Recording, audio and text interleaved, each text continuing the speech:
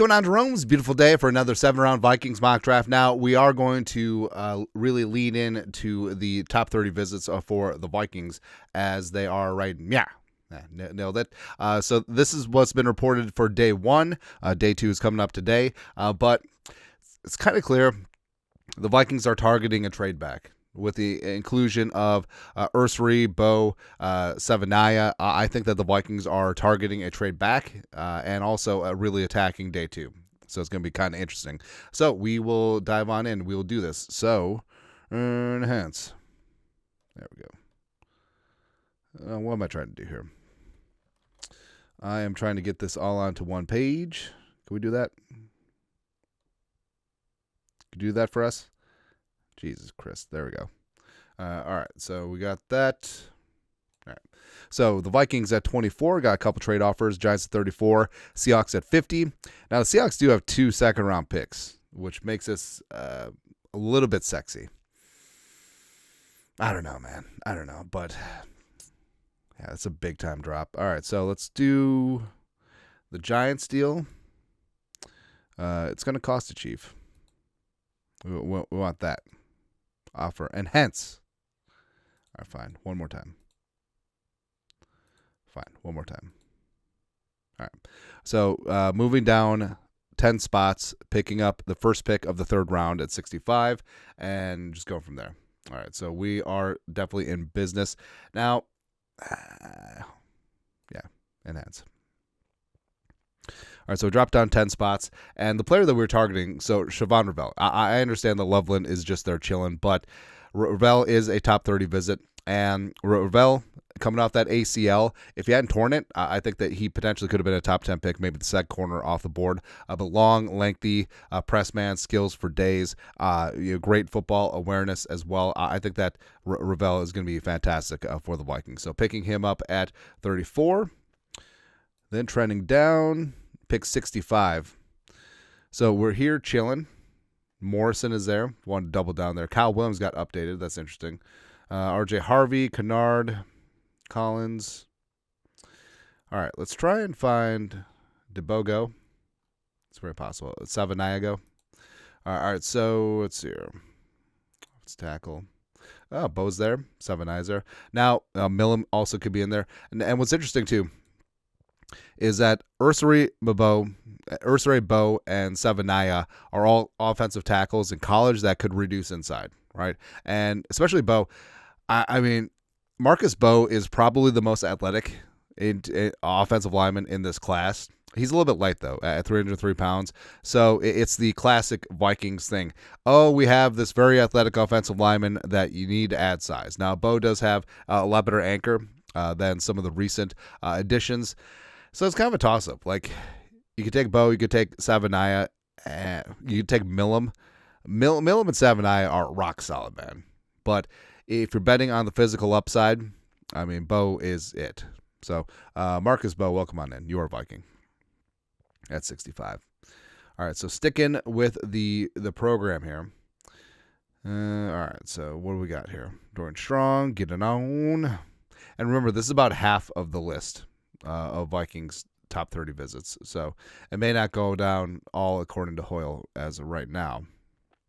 Jamery Caldwell, Dotson. All right, so we could potentially trade down. Although Kyle Williams is super interesting. Damian Martinez is great too. RJ Harvey, I have a ton of love for. Mukuba, of course, is a monster.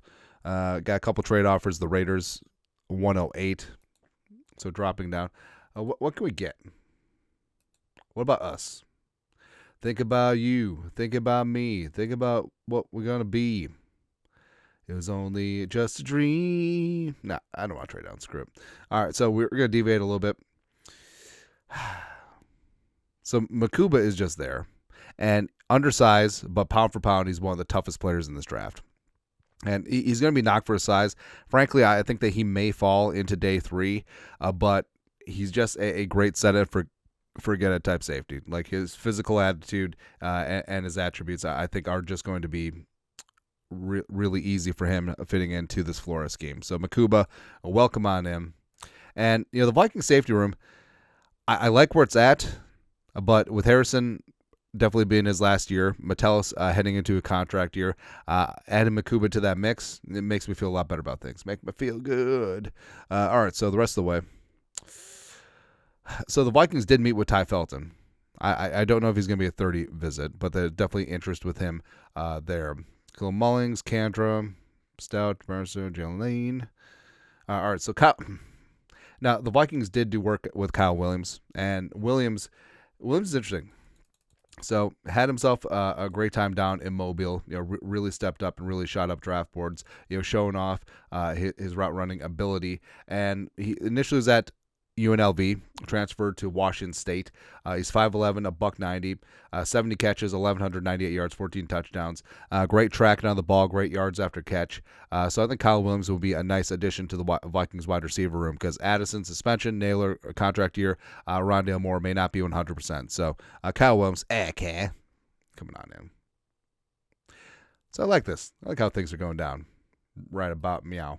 All right, the rest of the way. Obviously, would like to take part of defensive tackle. And I like Stackhouse a lot. And he'll be potentially going to be available. Now, they don't have the other Georgia defense tackle, Warren Brinson, listed. But frankly, I wouldn't mind both of them. It could be a nice little combination there. But tight end wise, let's see what we got. It's got both. All right, so tight ends. All right, so again, strictly going off of the visits. So Nesbit is on the board.